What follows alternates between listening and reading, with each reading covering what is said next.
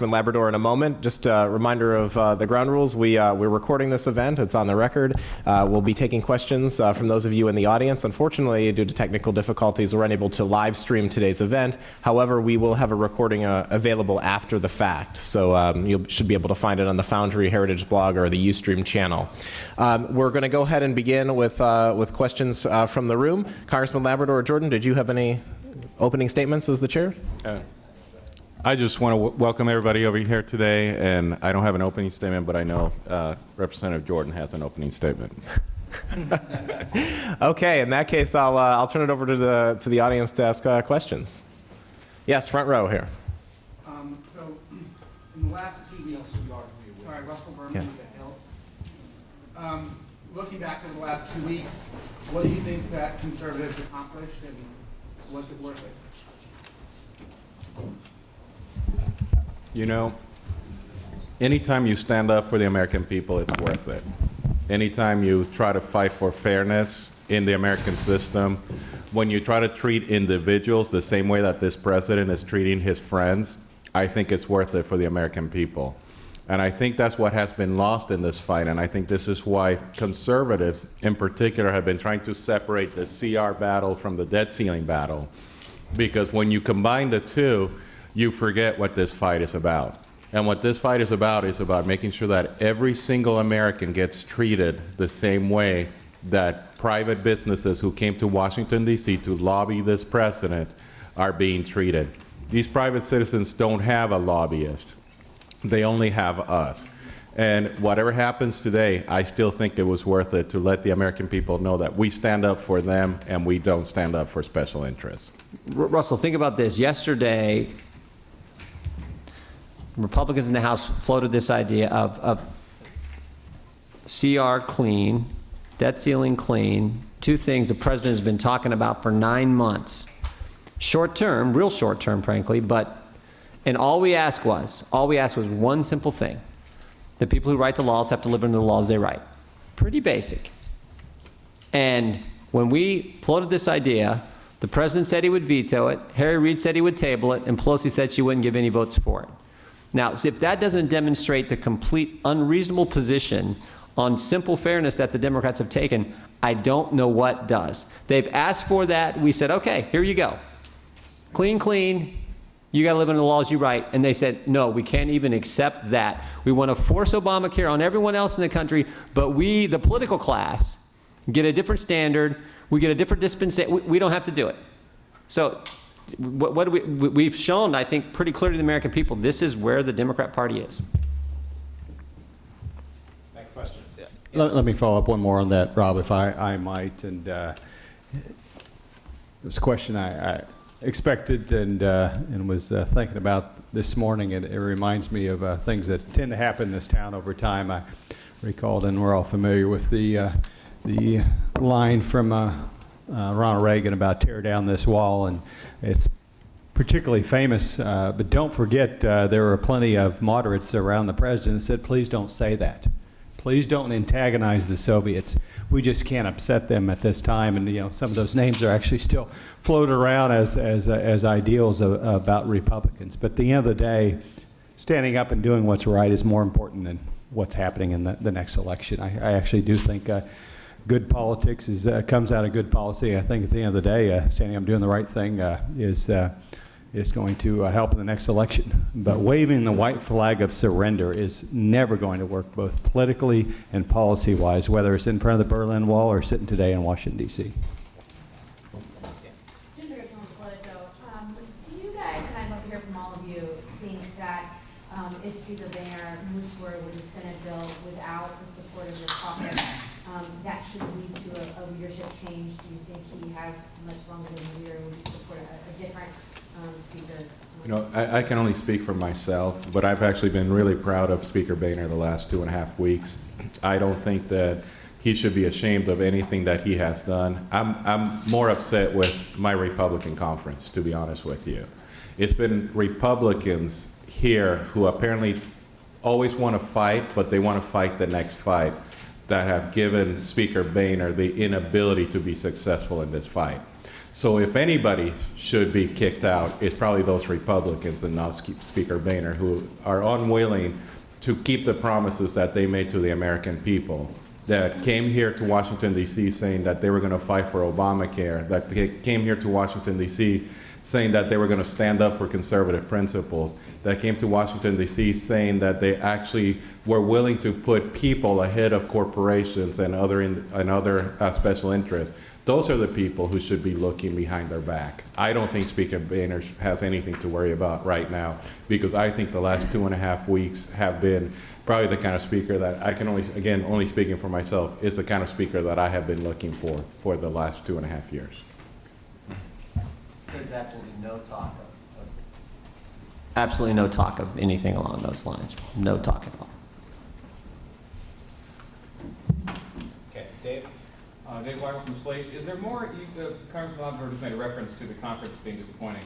What more could have been done that wasn't done? Would it have been more Republicans in the Senate filibustering the first CR to extend that? What could have been done that got you further towards Obamacare, or was it always, because of the makeup of the Senate, always impossible to get over that hump? Yeah, this was a hard fight. I don't know that it was an impossible fight, but I think we all understood that this was a hard fight. I do think that if last week, for example, we would have gone along with actually extending the debt ceiling, which I thought was a brilliant move, is one that I had talked to leadership about, extending the debt ceiling for 6 weeks or even till January 15th so we could continue to fight on the CR. I think that would have given Speaker Boehner the strength that he needed to continue to negotiate. But when people in the conference said that they were going to go for that, I think that tied his hands, because that was the only tool he had in the toolbox last week. So there were things that we could have done, but I think it also was not very helpful when you have person after person going to the media and whining about how difficult this is. You know, this isn't play ball, this isn't school ball, this is actually real hard tactics, politics. This is what we all came here to do. And apparently some people didn't come here to do the hard things. Some people came here to continue to kick the can down the road. And that's how we got to a $17 trillion debt. If you look at the people that are here that are continuing to whine about what's happening here, are the same people that have allowed the $17 trillion debt in the United States. And it's time that we actually stand up for something. We can't continue to bankrupt this nation. And it's important for us to take a strong stance against what's happening in America.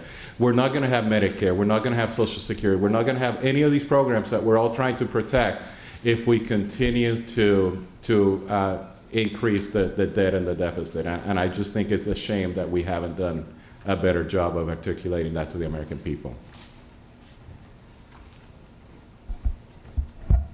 I'll add one other thing is coulda, shoulda, those kind of questions I tend to look forward, but I will note after serving here for 2 years and 9 months to finally have the opportunity to discuss and take on Obamacare and must-pass legislation. I believe that was should have happened much earlier. I thought it should have happened in the spring, and in particular had pushed for that debate on the CR in the spring.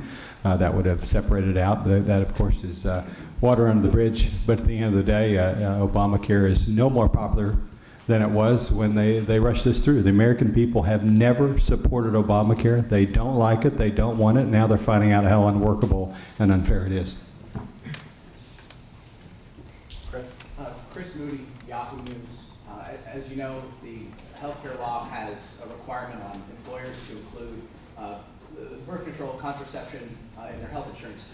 How important is it to all of you to getting rid or delaying that in the healthcare law? What will you do over the next couple of weeks or months to fight that?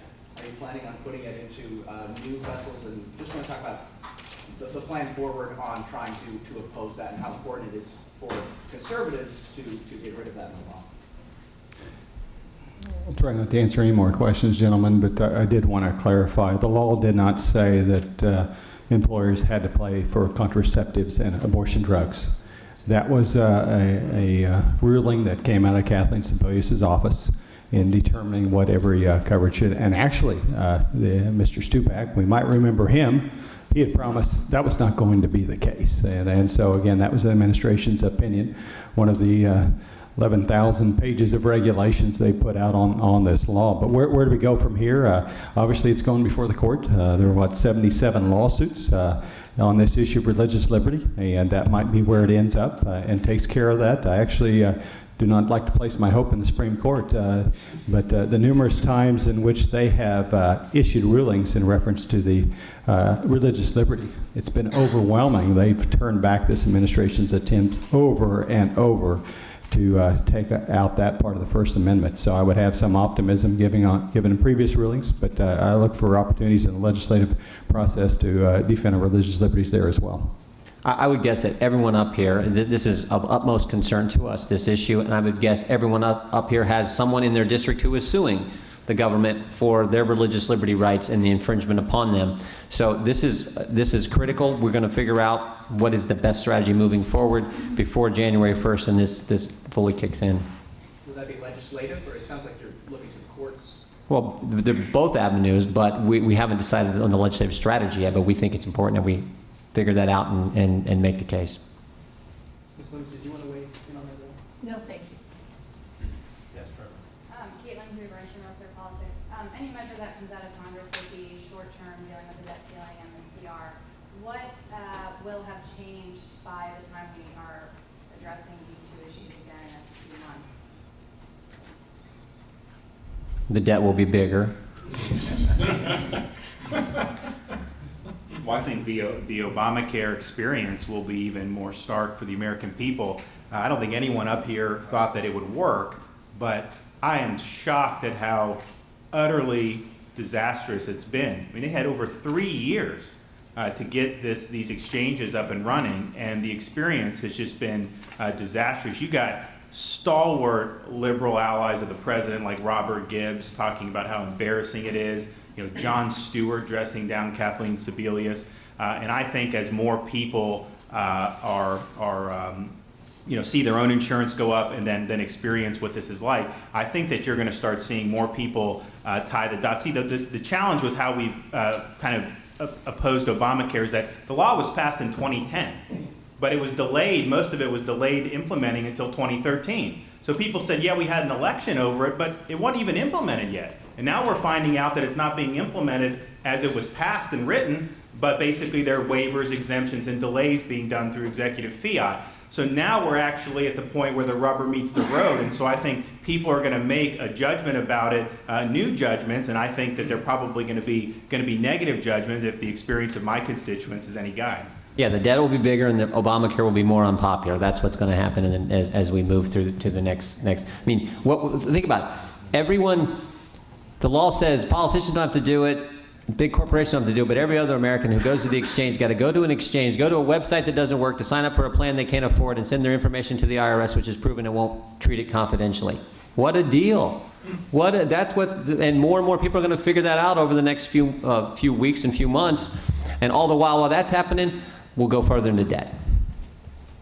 And the American people learned that every promise that President Obama made about Obamacare has been false. He said that you could keep the doctors that you wanted to, that you currently had, and you can't keep your doctors.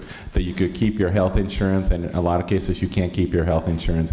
That you were not going to pay more for your health insurance, and in most cases you're paying more for your health insurance. Everything he said was false. And like everything else he says on many other policies. He continues to talk about so many issues that time and again the reality is so starkly different than what his words are, and hopefully the next few weeks will show that even more. Well, sorry, just to follow up on that, when it comes to spending, he has said that he will negotiate later, and is there any trust that he'll do that? I mean, No. so how do you get concessions out of this president in a few months on something? He won't negotiate. He's already made it clear to leadership that he won't negotiate. The only way he will negotiate is if he gets more tax increases.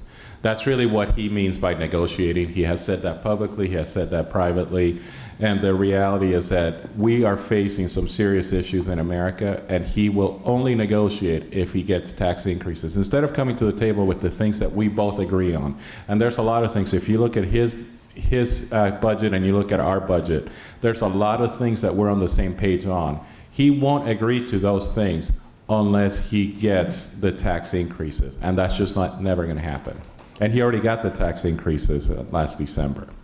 I would add one other thing about what Rob, the difference, those have been noted, but I will add, since the president took office, the Congress and the president will have added another $900 billion of debt in 1 year. And in exchange for that, we received absolutely not a single dollar in cuts. And the president might think that's a victory, but at the end of the day, it's unsustainable. We all know that. Fitch's knows that. Moody's knows that. S&P, they know that. Our creditors know that. And we're heading down a path that I don't think the president fully comprehends where this ends. If he wins everything, as he continues to do, it's more deficits, and Obamacare does not actually enhances that bad position he has put himself in and the entire Democratic Party. Okay, second round, right now. Yes, just to follow up on Your that name, question. your name and Karen Bohan from Reuters. To follow up on that question, with these deadlines being short-term, there are other deadlines coming up. So what is the strategy? Do you think that you'll pursue this strategy again when the deadlines come up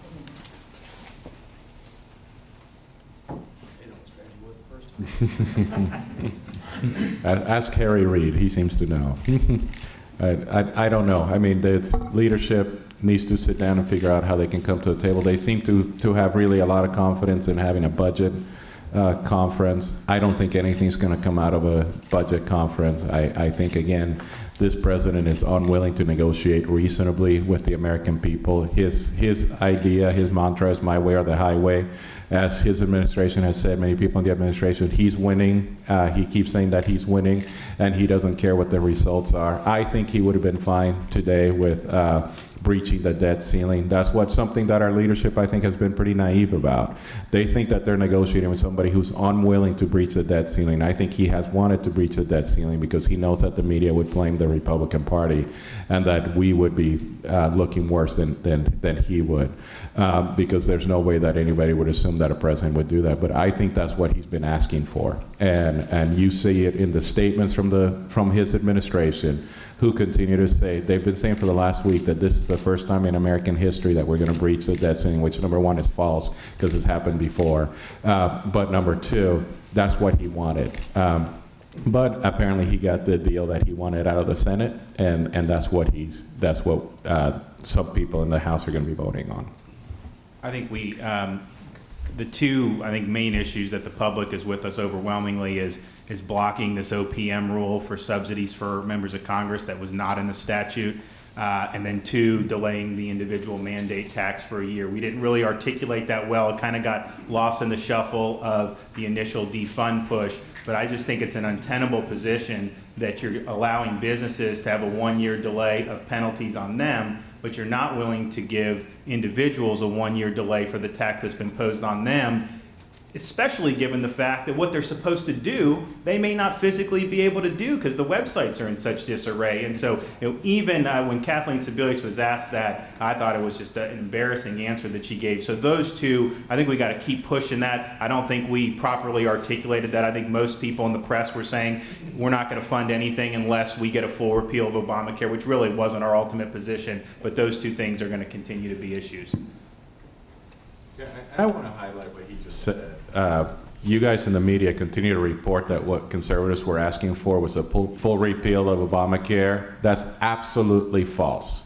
We have never asked for a full repeal of Obamacare because we know that we can't get that. We have voted on a full repeal of Obamacare that the Senate has rejected every single time.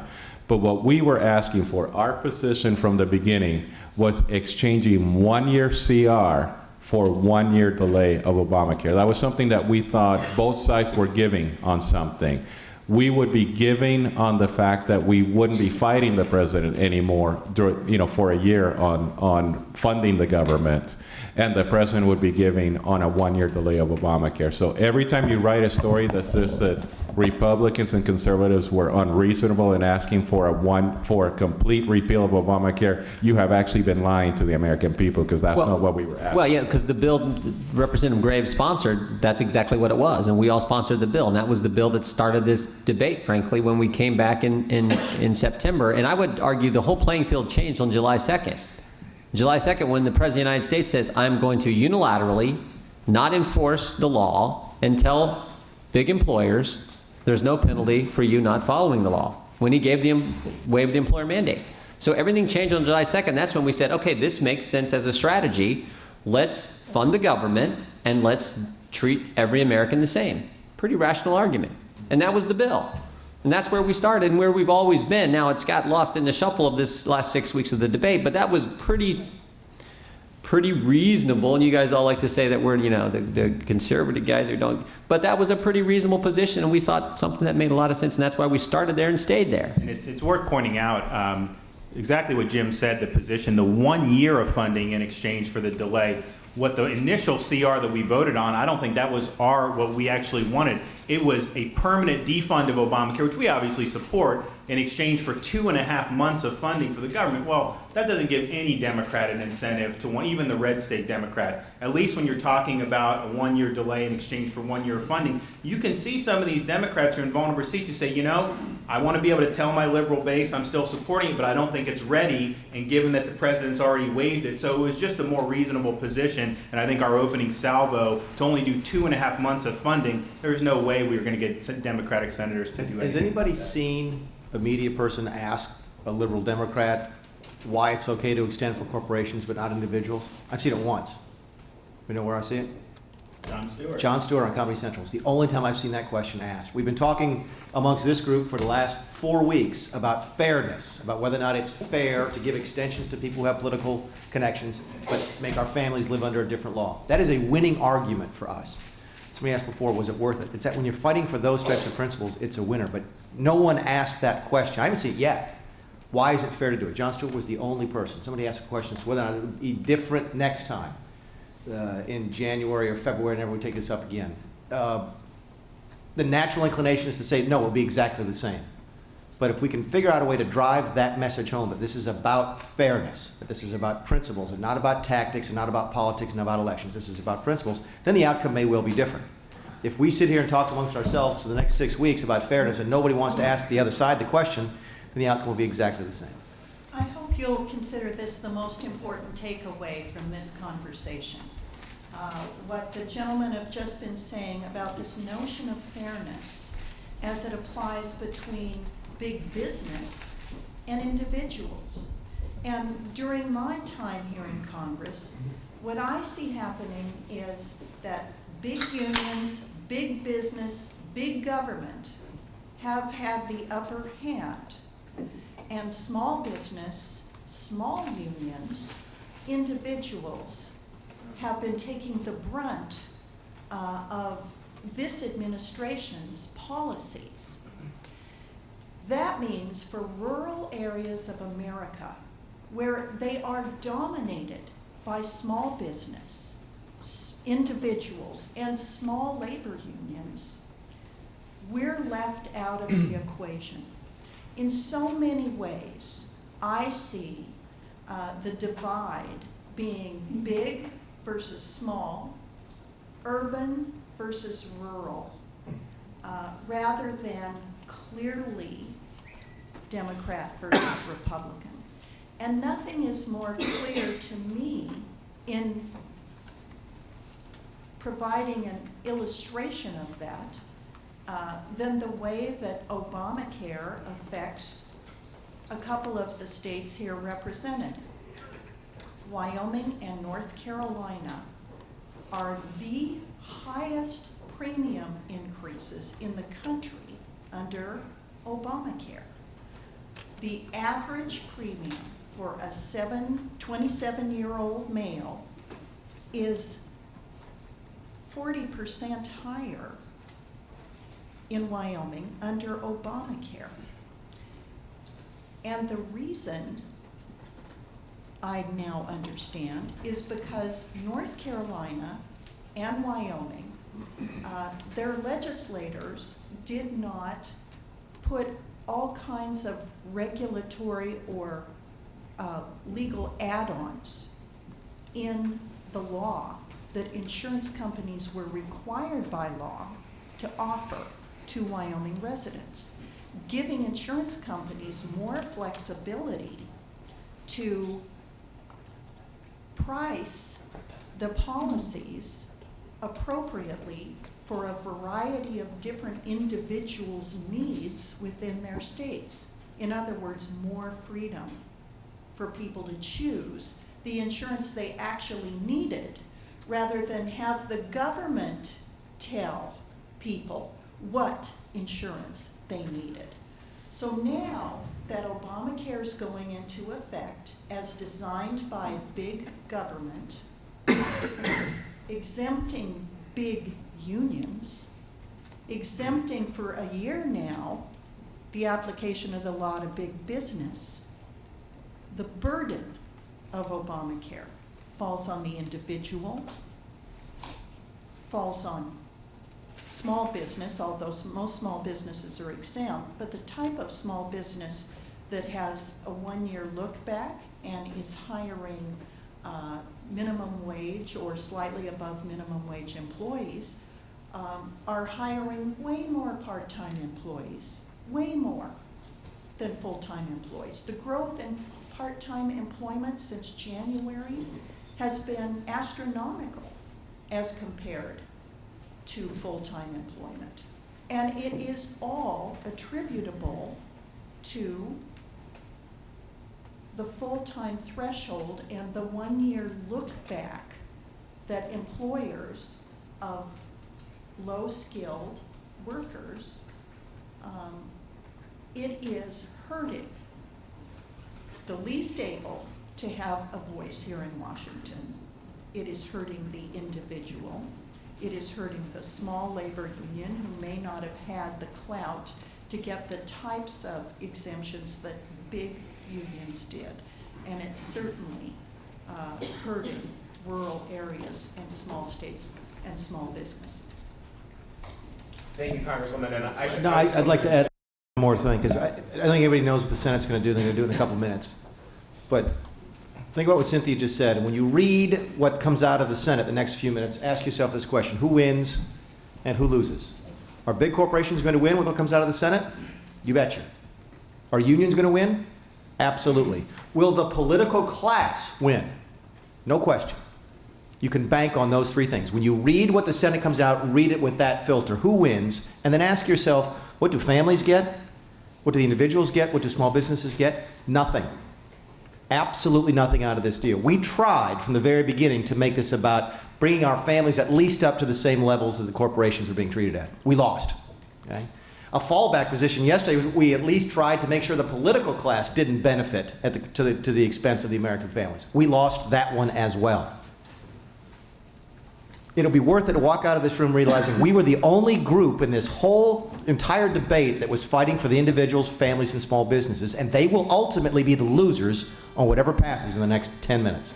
You know, and to follow up on that a little bit, over the last few weeks, the thing that I have found the most ironic, before I came to Congress, before I got even involved in politics, the media used to love to say that politicians were worthless because they were controlled by Wall Street, they were controlled by big business, they were controlled by special interests. And the only group that has stood up to Wall Street, to special interests, to the big businesses, has been the Tea Party group.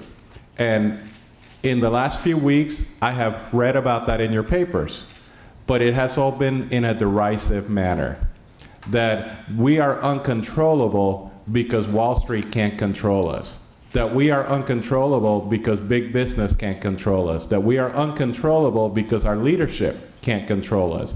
Instead of praising that, which is what the American people has been asking for the last 200 years, that politicians actually listen to individuals instead of to the ruling class, you guys have actually written about that in a derisive manner.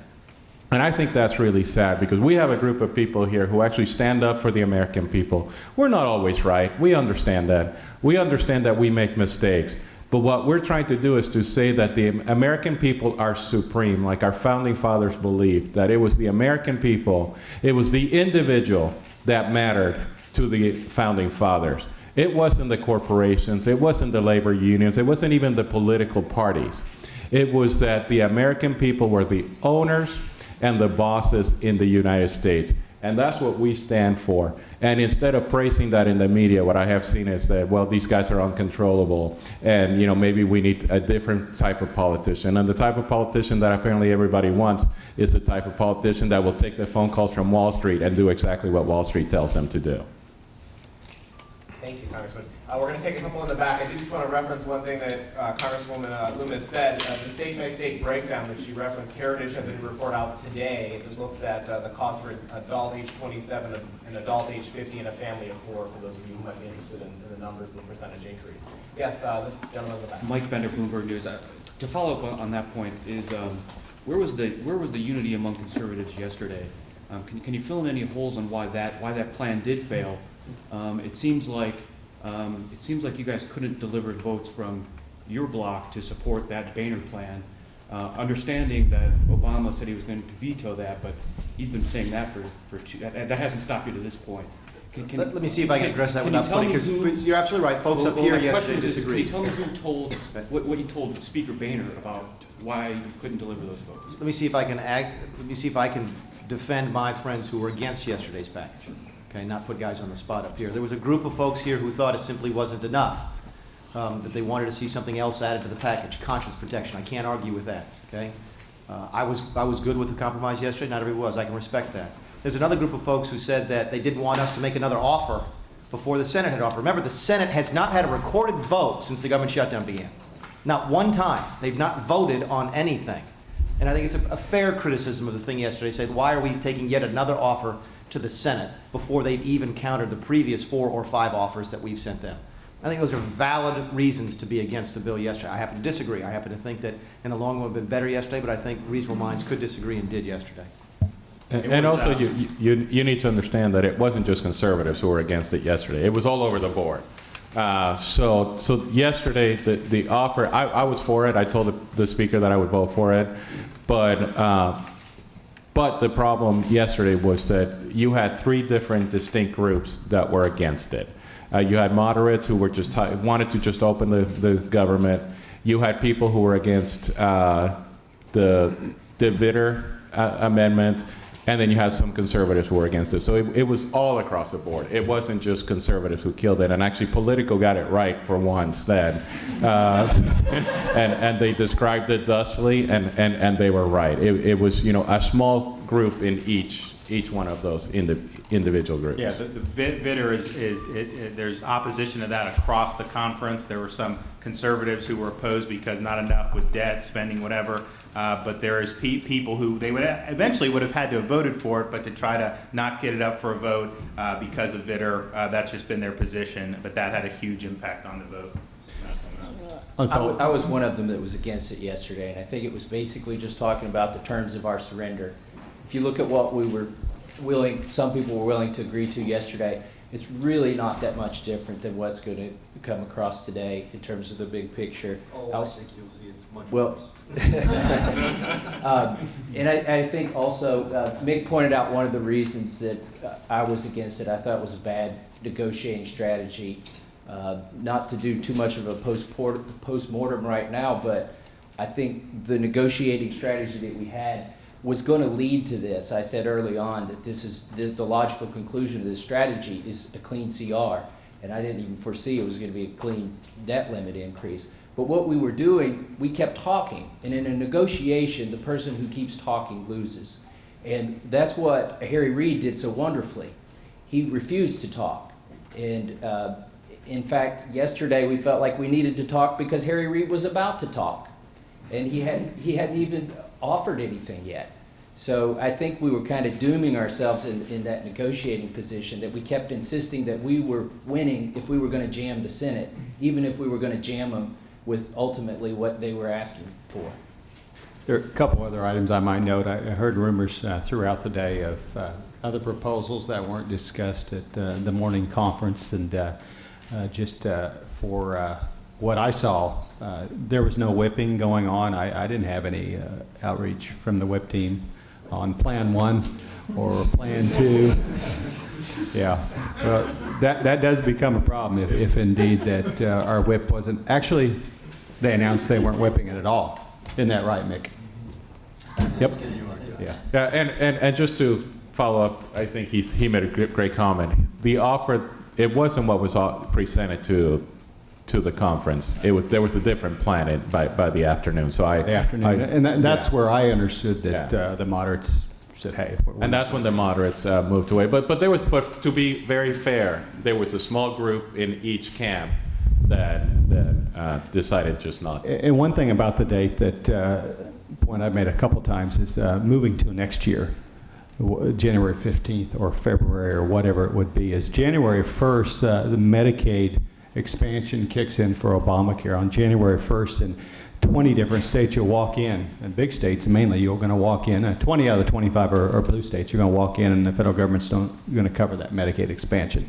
That entitlement will begin, and a real concern about going through that threshold as well. But one thing I want to offer, and just throw this out here before I forget, I still do not think it's outside the realm of possibility that once this all finishes up sometime now between the end of the year, I don't think it's outside the realm of possibility that this administration will suddenly announce, you know what, let's delay the individual mandate as well. I don't even think that's outside the realm of possibility, coming out of the community organizer in chief. I'm going to go one step further, and I'm going to say that it is going to happen. I'll predict it right now.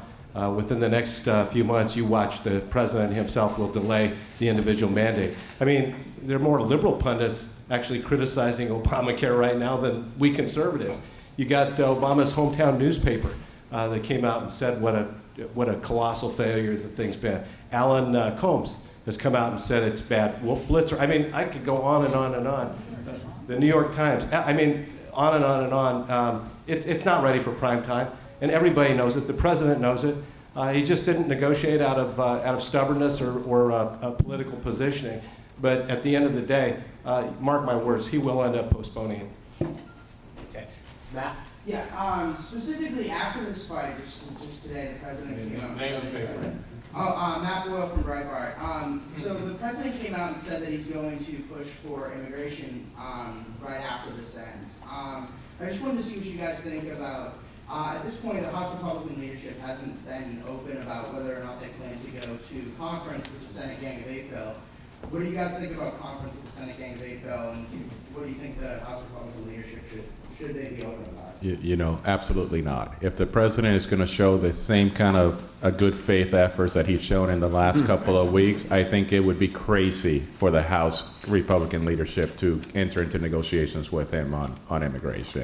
And I'm a proponent of immigration reform. So I think what he has done over the last 2.5 weeks, he's trying to destroy the Republican Party.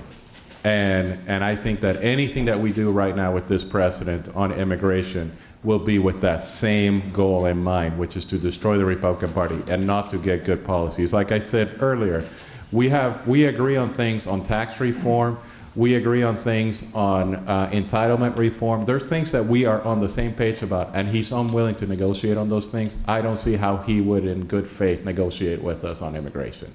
I very recently had a conversation with the speaker, and if immigration reform moves, it's going to move piecemeal, and it will go over one bill at a time. And if there's any kind of a conference, it will be on specific bills that we send over. It will not be on the Gang of Eight bill. Justin Siggins, Tea Party Patriots. There's been talk here about white flags and not getting much by Congressman Massey out of what's going to happen the next day or two. But already this year, the debt ceiling was gotten rid of for a while. There was an increase in May. Now we're going to see a clean or nearly clean increase. If you can't negotiate with the president, what is the strategy by conservatives to push leadership in a direction that can actually make a difference on not going to raise the debt ceiling again, not going through a CR where we can actually trust that things are going to happen that make a difference in both the short and the long run, especially with, obviously the recent CBO report showing that the optimistic view is that in 25 years, our publicly held debt will be larger than our economy. I'm going to commit candor here. I think we have less leverage on the next CR and on the next debt limit than we did right now. And I think this is going to be about the 2014 elections. Are we going to go out there and articulate to the American people what our vision would have been, how this would have turned out better if we had more conservatives in the House and we had a Republican majority in the Senate? That's what we have to do for the next 14 months, and I think it's imperative that we have somebody or somebodies who can go out there and actually articulate these conservative principles. The dynamic changes in American politics in a huge way if Harry Reid no longer controls the Senate. And good legislation that we've passed in the House actually passes the Senate and then sits on the president's desk. Today, Tom Cotton is running even with Mark Pryor. Tom Cotton's been in politics all of 9 months, right? Running even with Mark Pryor. Mark Pryor's negatives, you can look at the poll. 34% approval rating in Arkansas. You win Arkansas, you win Louisiana, you win North Carolina, you win South Dakota, you win Alaska. It could happen. Now, again, Raúl's exactly right. Elections are how we do things in this country. And we all get tired of having to wait till the next election, but that's just the way this great nation works. If we win those 5 seats, and it's Mitch McConnell running the Senate, the dynamic in American politics is totally different. And then you have a chance to do things like we've been talking about, treating Americans fairly under Obamacare, beginning to address the $17 trillion debt, and move things in the right direction.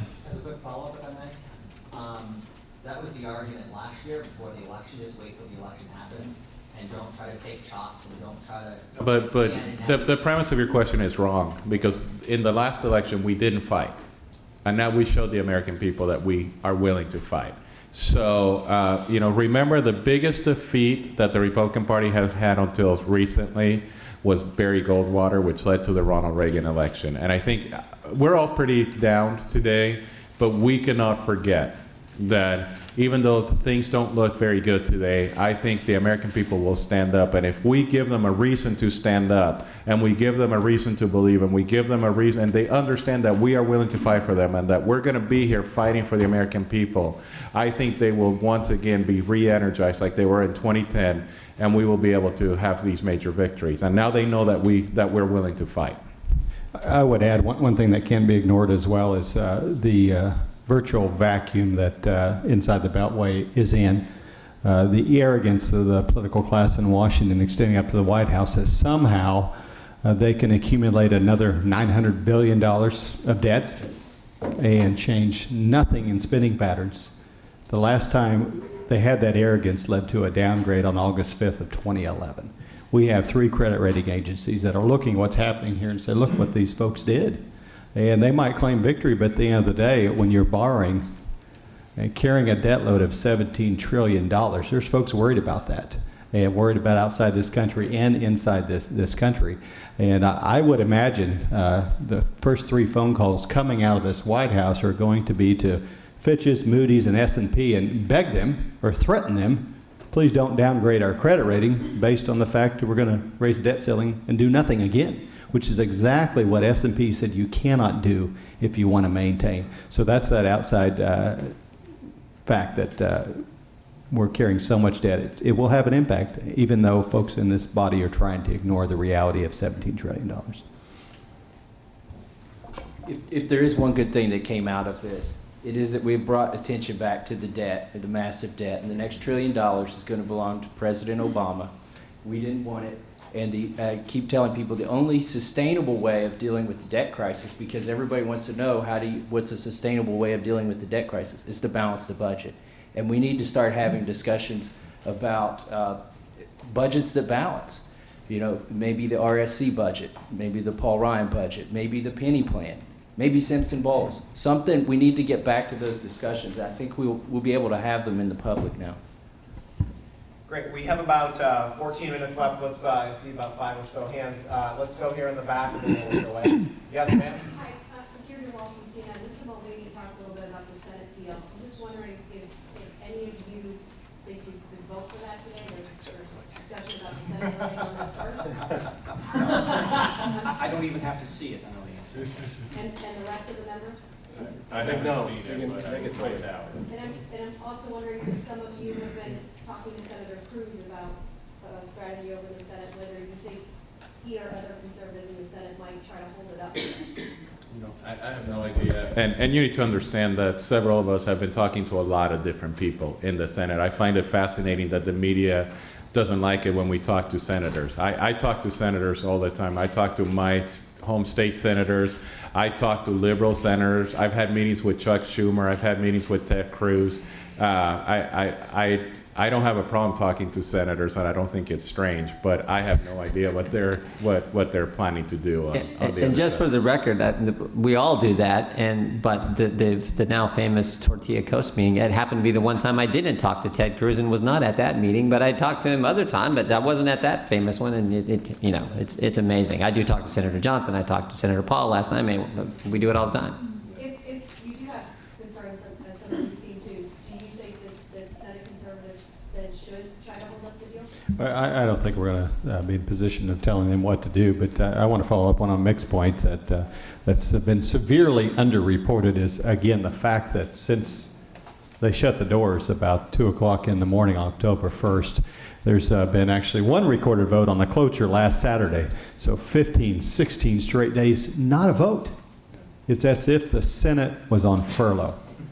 And I'm pretty disappointed that fact was never reported while the House was sitting there doing that. Part of that has to do with the failure of senators who do not want to draw attention to the fact they're not on the job. But again, no recorded votes, one recorded vote And we in had 15 days. And we had 14 votes where we funded all or part of the government.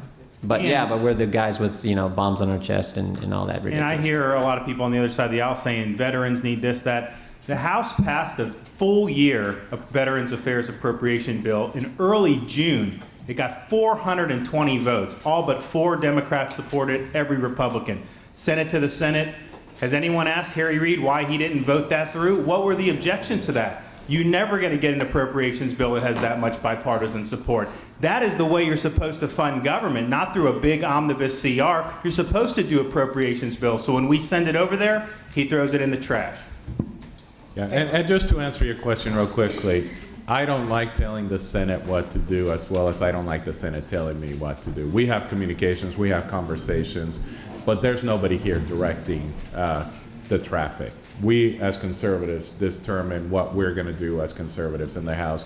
We don't need any senator to tell us what to do, and I don't think the senators need us to tell them what to do. Even Ted Cruz? It doesn't matter who it is. There's nobody. We control what happens in the group of House conservatives. I know you have a little dream about Ted Cruz, but we don't have that same dream that you. We don't share that dream with you. Okay, let's go back here. From tax code choice. What about to end the shutdown? What about doing an optional, allowing people to opt out and take a voucher for insurance, like the Ryan Republican plan? And for the debt, what about, it seems like you're going to do 4 months, so that would be like $200 billion, if I'm not mistaken, or an increased borrowing authority. What about just doing a 3-for-1, where you get at least $1 of savings for every $3 of borrowing authority increase? So $65 billion, but in the first 12 months, not this BS Boehner stuff of over 10 years.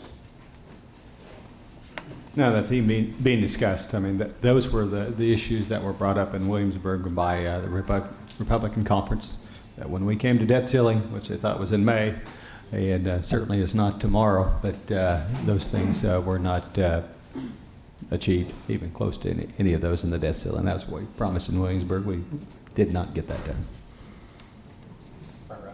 Ashley Parker from the New York Times. Some of you earlier mentioned that you didn't articulate your message quite as well as you could have, or that the message got lost in the shuffle. So I'm curious, sort of looking back, what might you have done differently to ensure that a message that you all seem to believe is a strong one resonated? Again, I think if we would have separated the 2 issues from the beginning, and we've only talked about the CR and continuing to fund the government, and talking about how Obamacare was going to spend actually $2 trillion in the next 10 years, and that's why we wanted to fight about that when we were talking about funding the government. I think by separating those 2 things, we would have actually had better reception from the American people. For whatever reason, our leadership wanted to conflate the two. And they had their theory for why that was important. They thought that the fight should be on the debt ceiling. Seeing how people are running scared today on the debt ceiling deadline, I just never understood why our leadership thought that we actually had a strong ground to stand on the debt ceiling. Whereas we know that historically, every time the government has shut down, we've been able to bounce right back. The economy has bounced right back from whatever government shutdown we have had. We've never experienced, we've had apparently 2 occasions where we've breached the debt ceiling, but they've been really short term. I don't think that's something that some of us were willing to risk.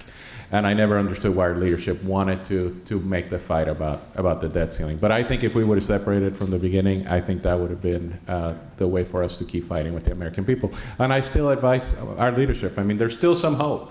I think what the leadership should do today, instead of taking up the Senate bill, what they should do is do a debt ceiling increase till January 15th.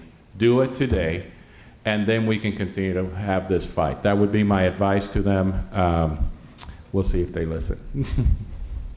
I would just say the president delayed the employer mandate on July 2nd. He was asked only a couple times by the press where he had the authority to do that, has never given a coherent answer. One time he just said, oh, I don't care what Congress thinks. Then he said, oh, well, the political environment in Washington's tough. I looked at Article 2, Section 3. I didn't see an exception that you wouldn't have to take care that the laws are faithfully executed. Tough political. But I think we should have been hitting on this idea of fairness from the beginning in July, and instead, I know there was talk about, in August, we didn't have a strategy when we came back in September, and then we kind of just did it. But I think highlighting that particular issue along with the member subsidy, which also happened in August, I think those two, if that was a consistent message, I think that's 90% of the public's with us on the member subsidy, probably 70% plus would be with us on the individual mandate.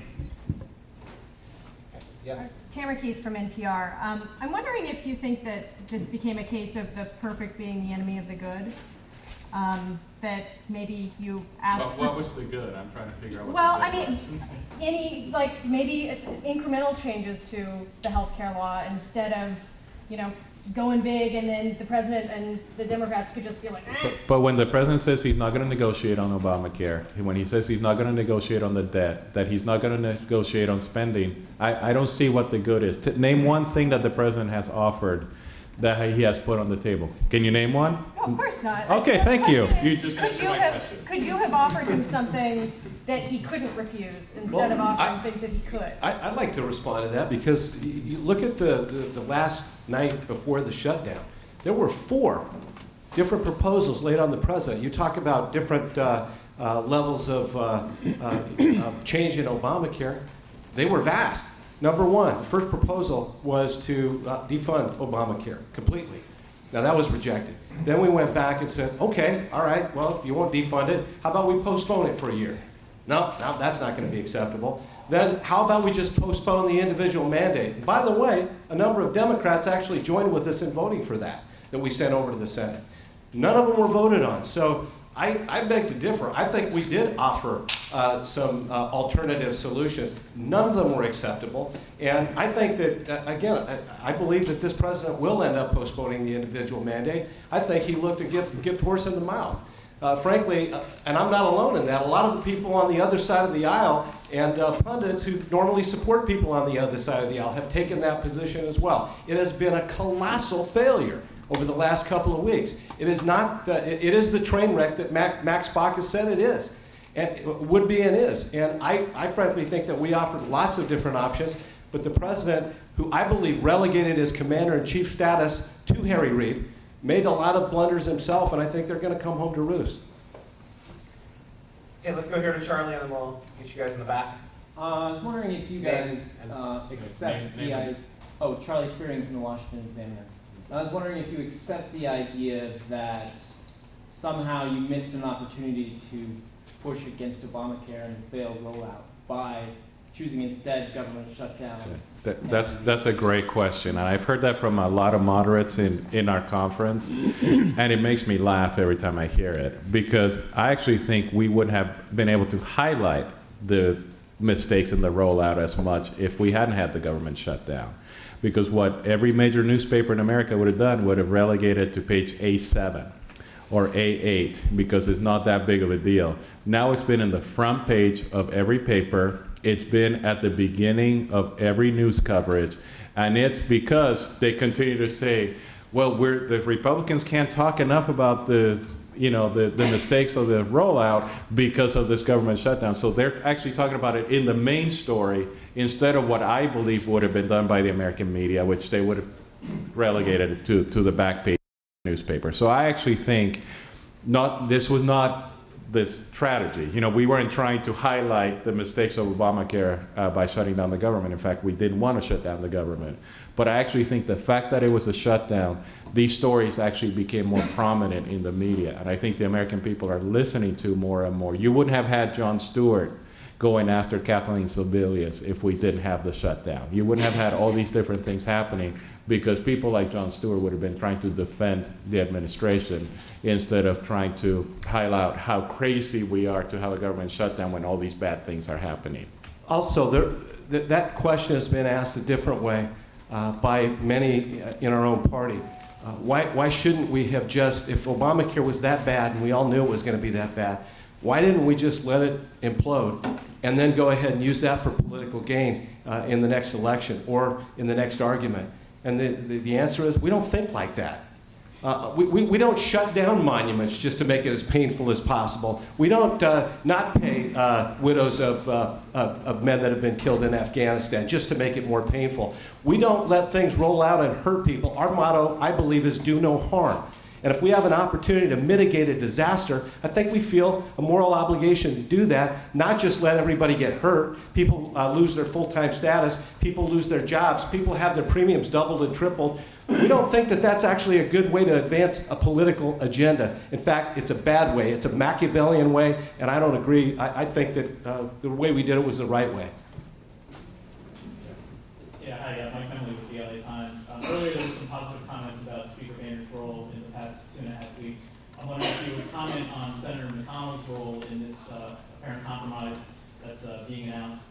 Is he one of those Republicans who should be, as Mr. Labrador referred to earlier, looking over his shoulder in the next year's elections? I don't comment on senators. And I don't comment on senators from my home state. Is he